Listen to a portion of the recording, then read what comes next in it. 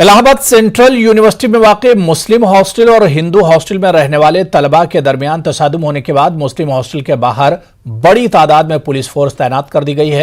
Allahabad university से मुत्तसिल एक प्राइवेट लाइब्रेरी में मुस्लिम तलबा को शनाख्ती कार्ड दिखाए जाने के मामले ने तसादुम की शक्ल इख्तियार कर ली। पुलिस के मुताबिक मकामी लाइब्रेरी में मामूली कहासुनी के बाद दोनों हॉस्टल्स में रहने वाले तलबा सड़क पर जमा हो गए। पुलिस पहुंचने के बाद मुस्लिम बोर्डिंग हाउस के तलबा हॉस्टल में चले गए हैं। हॉस्टल के बाहर बड़ी तादाद में पुलिस फोर्स तैनात कर दी गई है। पुलिस का कहना है कि वो झगड़े में शामिल तलबा की शिनाख्त करने और इनके खिलाफ कार्रवाई करने की तैयारी कर रही है। पुलिस का यह भी कहना है कि अब हालात पूरी तरह से पुरसुकून है। अभी जब जानकारी की गई तो ये हुआ कि सामने एक लाइब्रेरी है प्राइवेट, जिसका नाम विकल्प लाइब्रेरी करके है, जहाँ बच्चे जाके पढ़ते हैं। वहाँ पे वहीं पे कुछ बच्चे थे जो पढ़ रहे थे, उसमें मुस्लिम बोर्डिंग के भी कुछ लड़के थे और दूसरे हॉस्टल्स के भी लड़के थे। वहाँ इनकी किसी बात को लेकर कहासुनी हुई है। शायद पहले जो लाइब्रेरियन था वो आईडी मांग रहा था, उसमें कुछ के पास आईडी नहीं थी। वहाँ से बातचीत शुरू हुई और फिर इनके बीच झगड़ा हो गई, वहाँ मारपीट आई। और उसके बाद दोनों छात्रावासों के जो लड़के थे अपने अपने छात्रावासों में फ़ोन कर दिए। फिर वहाँ दोनों छात्रावासों से लड़के बाहर निकल के आ गए थे। जब पुलिस को सूचना मिली, खैर पुलिस आई है और दोनों वापस हो गए हैं अपने अपने छात्रावासों में। अब हम इन दोनों लोगों से जानकारी कर रहे हैं और जो इसमें जिसको भी चोट आई उससे कहा जा रहा है कि मेडिकल कराएं अपना और लिख के अपना तहरीर दें, ताकि तदनुसार कार्रवाई की जाएगी वैधानिक। दिल्ली अक़लियती कमीशन ने बुली बाई ऐप मामले में दिल्ली पुलिस कमिश्नर को नोटिस भेजकर जवाब तलब किया है। नए साल के पहले दिन सोशल मीडिया पर जिस तरह से मुस्लिम खवातीन के बारे में काबिले एतराज बातें और तस्वीरें पोस्ट की जा रही हैं, दिल्ली अक़लियती कमीशन ने इसका नोटिस लिया है और दिल्ली पुलिस कमिश्नर से जवाब तलब किया है कि इस पूरे मामले पर अब तक क्या कार्रवाई की गई है। याद रहे कि पिछले साल एक ऐसा ही मामला सामने आया था जिसका नाम सुली डील था। जिम्मेदारी अल्पसंख्यक आयोग की ज्यादा बनती, ये मामला मुस्लिम महिलाओं का है, तो इसमें संज्ञान में लेते हुए दिल्ली पुलिस कमिश्नर को नोटिस इशू किया गया है कि आप ये बताएं कि जो बुली बाई ऐप है उनके खिलाफ क्या कार्रवाई की जा रही है, उन दोषियों के खिलाफ FIR दर्ज हुई है या नहीं हुई है, या गिटहब पे जो ये ऐप है उस पे जो पाबंदी लगाई है गिटहब ने, मगर क्या उन दोषियों के खिलाफ गिटहब से जानकारी हासिल करके उन दोषियों के खिलाफ सख्त से सख्त कार्रवाई हो, उनको गिरफ्तार किया जाए, ताकि भविष्य में कोई भी ऐसा ऐप डाउनलोड ना हो। कन्नड़ा जबान के शायरों और अदीबों ने हरिद्वार की धर्म संसद में नफरत अंगेज बयानात की मजम्मत की है। साथ ही रियासत की बीजेपी हुकूमत की जानिब से मंजूर किए गए इस्दाते तब्दीली मजहब बिल की भी मुखालफत की है। बेंगलुरु में कांग्रेस के अक़लियती शोबे के एहतजाजी जलसे से कन्नड़ा जबान के अदीबों ने खिताब किया। अक़लियती शोबे के रियासती सदर अब्दुल जब्बार की सदारत में कांग्रेस भवन में यह एहतजाजी मुजाहरा मुनक्किद किया गया था। हरिद्वार में धर्म संसद और हरिद्वार में संत लोग नहीं है, क्यों संत लोग कहता है उसको? वो संत लोग नहीं है, गुंडा है। वो संत लोग नहीं है। संत ना बोलना, संत ना बोलना। ये गुंडा लोग है, ये गुंडा लोग संत का ड्रेस में, फैंसी ड्रेस में आ गया है, वो फूल करते हैं। वो संत है, वो संत नहीं है, वो क्रिमिनल्स है, वो एंटी सोशल एलिमेंट्स है। उसको हिंदू धर्म का मालूम नहीं है, कुछ भी मालूम नहीं है। वो संत लोग नहीं है भाई साहब। उसको लीगली अरेस्ट करना पड़ेगा, पनिश करना पड़ेगा। अफसोस की बात है हमारा प्राइम मिनिस्टर कुछ बात नहीं करता, कुछ बात नहीं करता उसको। This anti-conversion bill is anti-constitutional. It's very, very, very clear. As per Article 25 of the Constitution, every individual has the right to profess, propagate and practice any religion he likes. It is his choice. A religion should be his choice. It's not by birth. It's very clear in the Constitution, but they are bringing this law. It's against the. It's not only against Constitution. It is against humanity. Delhi university के तहत आने वाले कॉलेजों में lady Shri Ram college for women का बड़ा नाम है। पिछले 5 साल पहले यहां उर्दू पढ़ाई जा रही थी, लेकिन अब दाखिला नहीं लिया जा रहा है। दिल्ली यूनिवर्सिटी की एग्जीक्यूटिव काउंसिल में जिन कॉलेजेस में उर्दू के साथ इम्तियाजी सलूक और कॉलेजों से उर्दू को खत्म करने का इल्जाम लगाया गया था, इनमें एक लेडी श्रीराम कॉलेज का नाम भी शामिल है। साउथ कैंपस दिल्ली यूनिवर्सिटी के तहत आने वाले इस कॉलेज में काफी अरसे से उर्दू पढ़ाई जा रही थी, लेकिन पिछले 5 साल से न तो दाखिला हो रहा है और न ही किसी को उर्दू फैकल्टी के ओहदे पर तैनात किया गया है। दिल्ली यूनिवर्सिटी के साउथ कैंपस के तहत आने वाला लेडी श्रीराम कॉलेज जाना माना कॉलेज है इस मसले पर, लेकिन उसका रवैया पूरी तरह से टाल मटोल वाला रहा। हमने 1-2 दिन नहीं, पूरे 1 हफ्ते कॉलेज इंतजामिया का पक्ष, उनका मौकफ जानने की कोशिश की, लेकिन उनकी तरफ से कोई जवाब नहीं आया। शायद उनके पास कोई ठोस वजह नहीं है। कैमरामैन प्रहलाद के साथ खुर्रम शहजाद, न्यूज़ 18 दिल्ली। दिल्ली में कोरोना के केसों में तेजी से इजाफा जारी है। गुज़िश्ता 24 घंटों में दिल्ली में कोरोना के 4099 नए मामले सामने आए हैं, जबकि एक शख्स की मौत हुई है। इस दौरान 1509 मरीज सेहतयाब हुए। दारुल हुकूमत दिल्ली में मुस्बत केसों की शरह 6.46% है, वहीं एक्टिव केसेस की तादाद 10,986 तक पहुंच गई है। तो उधर मुल्क भर में आज से 15 से 18 साल तक के बच्चों के लिए कोविड वैक्सीनेशन का आगाज किया गया। दिल्ली हुकूमत के गुरु तेग बहादुर अस्पताल में काफी तादाद में नौजवान टीके लेने के लिए पहुंचे। वैक्सीन लेने पहुंचे नौजवानों ने बताया कि वज़ीर-ए-आज़म नरेंद्र मोदी ने बच्चों को नए साल पर कोविड वैक्सीनेशन का तोहफा दिया है। वैक्सीनेशन सेंटर का जायजा लिया हमारे नुमाइंदी रचना ने।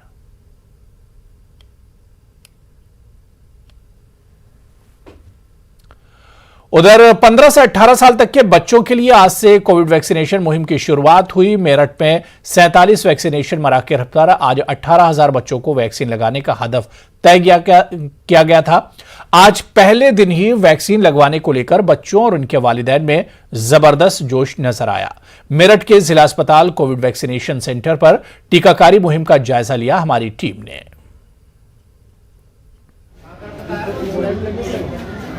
18 साल से ऊपर वालों के वैक्सीनेशन का 100 करोड़ से ज़्यादा का आंकड़ा छूने के बाद अब 15 से 18 साल तक के बच्चों के लिए भी वैक्सीनेशन मुहिम की शुरुआत आज से हो गई है। मेरठ में भी जो ज़िले की CSC PSCs हैं और उसके अलावा मेडिकल और ज़िला अस्पताल के जो सेंटर्स हैं जहां वैक्सीनेशन ड्राइव पहले से चल रही थी, वहीं पर ही बच्चों के लिए भी वैक्सीन का इंतज़ाम किया गया है। और आज आप देख रहे हैं कि सुबह से यहाँ लंबी कतार जो है 15 से 18 साल वालों की लगी हुई है। और ये बहुत से ऐसे लोग हैं जो बहुत लंबे वक्त से इंतज़ार कर रहे थे और इनका इंतज़ार आज ख़त्म हुआ है, जब 3 तारीख से यहाँ पे वैक्सीनेशन मुहिम की शुरुआत हुई है बच्चों के लिए। किस तरह से ज़िला अस्पताल में सेंटर पर वैक्सीन लगाई जा रही है, यहाँ के इंचार्ज जो है डॉक्टर द्विवेदी ये हमारे साथ मौजूद हैं। डॉक्टर साहब, किस तरह से ड्राइव ये चल रही है, क्योंकि ये सेंटर जब से शुरुआत हुई है तब से है? बिल्कुल, आप जो कह रहे हैं कि हमारे साथ शुरू से आप बने हुए पूरा सहयोग मिल रहा है। तो अभी जो बहुप्रतीक्षित था, जो 15 साल से छोटे ऊपर और 18 साल छोटे जो बच्चे थे उनको नहीं मिल पाया था डोज, तो अब खुल गया है। 1 तारीख से रजिस्ट्रेशन शुरू हो गया था। जो अपना ऑनलाइन रजिस्ट्रेशन करा लिए, स्लॉट बुक कर लिए, उनको लग रहा है। उसके साथ साथ हमारे पास 40% का कोटा है जो ऑन द स्पॉट हम रजिस्टर करके लगा सकते हैं। हमारे पास कुल कोवैक्सीन जो बच्चों को लग रही है 18 साल से 15 साल के बीच, वो कुल 300 डोज का स्लॉट है। 300 लोगों को हम लगा सकते हैं और वो प्रक्रिया सुबह से ही चल रही है, काफ़ी स्मूथली चल रहा है, बहुत अच्छा चल रहा है। ये आपने अपने को तैयार किया ऐसी कि बस लग जाएगी, अच्छा होगा लगा के वैक्सीन। अच्छा, आप किस क्लास में या कॉलेज में? 10th। अब आप वैक्सीन ले रही हैं तो अब कैसा फील कर रही हैं कि protected? We will feel protected that COVID हो भी जाए तो हमारे पास एक प्रोटेक्शन होगी जिससे हम उसको अच्छे से सिक्योर करके अपने क्योर कर सकें अपना। लेकिन अभी भी गाइडलाइन को फॉलो करना ज़रूरी है और ये ज़रूरी है कि जो भी एहतियात बरती जाए, क्योंकि इन्फेक्शन फिर से बढ़ा है, ख़ासतौर पर ओमिक्रॉन का ख़तरा जो है वो बना हुआ है। तो इसलिए ये भी ज़रूरी है कि एहतियात बरती जाए और तमाम एहतियाती तदाबीर जो हैं उनको भी फॉलो किया जाए। तंजीर अंसार, न्यूज़ 18 मेरठ। तो उधर कानपुर में भी 15 से 18 साल की उम्र के बच्चों को कोरोना वैक्सीन देने की शुरुआत हुई है। कानपुर के उर्सला अस्पताल में वैक्सीन देने का काम सुबह से ही शुरू हो गया था। इस मौके पर बच्चों में काफी जोशो खरोश देखा गया।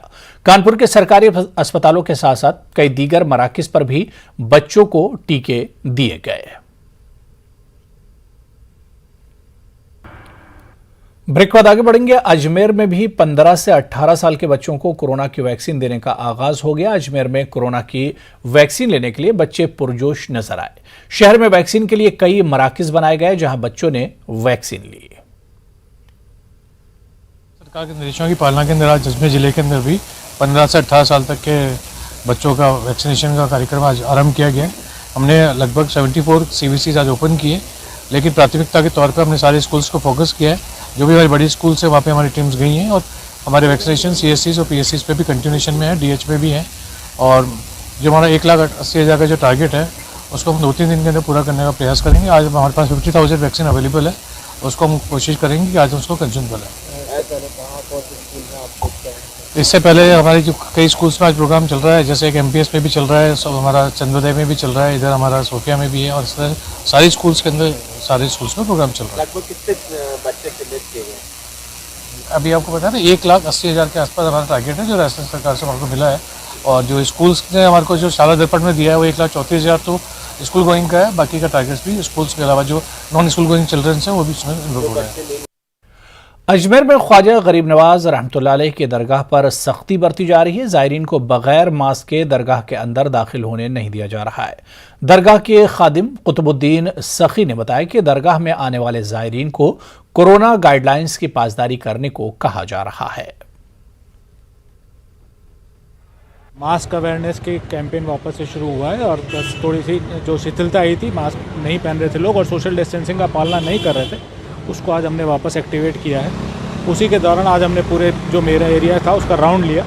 राउंड में हमने पाया कि जोधपुर स्वीट्स पे बहुत ज़्यादा भीड़ इकट्ठी होकर के और वो सोशल डिस्टेंसिंग की पालना नहीं की जा रही थी। नियमानुसार उनको गोले बना करके और फिर सामान वितरण का था, सोशल डिस्टेंसिंग की पालना करते हैं, परंतु वहाँ वो नहीं किया जा रहा था, इसलिए वहाँ पे 500 रुपये का चालान वहाँ काटा गया। राउंड के दौरान इसी अगली कार्रवाई शंकर चाट के वहाँ पे की गई। वहाँ पे भी यही स्थिति थी, बहुत सारी भीड़ एक ही दुकान पे इकट्ठी हो रखी थी और वो उसी तरह से सामान वितरण कर रहे थे। वहाँ गोले भी नहीं थे और सोशल डिस्टेंसिंग की भी पालना नहीं थी, तो वहाँ पे भी 500 रुपये का चालान किया गया। आज जो है चूँकि पहला दिन है इसलिए हम समझाइश ज़्यादा कर रहे हैं, चालान की हमारी गतिविधि कम है। मुल्क की तरह दिल्ली में भी कोरोना के केसों में तेजी से इजाफा हो रहा है और लोग भी टीके लगवा रहे हैं। जामिया नगर इलाके में वाक़ई एक वैक्सीनेशन सेंटर में लोगों की भीड़ नजर आई। लोगों की ये बेदारी काबिल सताइश है, ताहम कुछ लोग अभी भी लापरवाही बरत रहे हैं, जिससे समाज का बशऊर तबका परेशान है। पेश है दिल्ली से हमारे नुमाइंदे खुर्रम शहजाद की यह खास रिपोर्ट।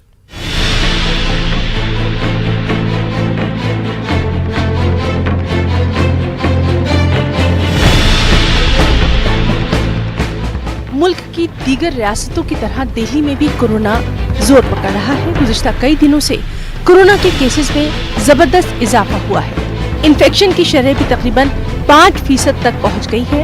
ऐसे में हालात को देखते हुए लोग वैक्सीनेशन करवा रहे हैं, लेकिन बहुत से लोग लापरवाही का मुजाहरा अभी भी कर रहे हैं। दिल्ली के जामिया नगर इलाके में वाक़ एक वैक्सीनेशन सेंटर में सुबह सवेरे ही लोग पहुँचना शुरू हो जाते हैं।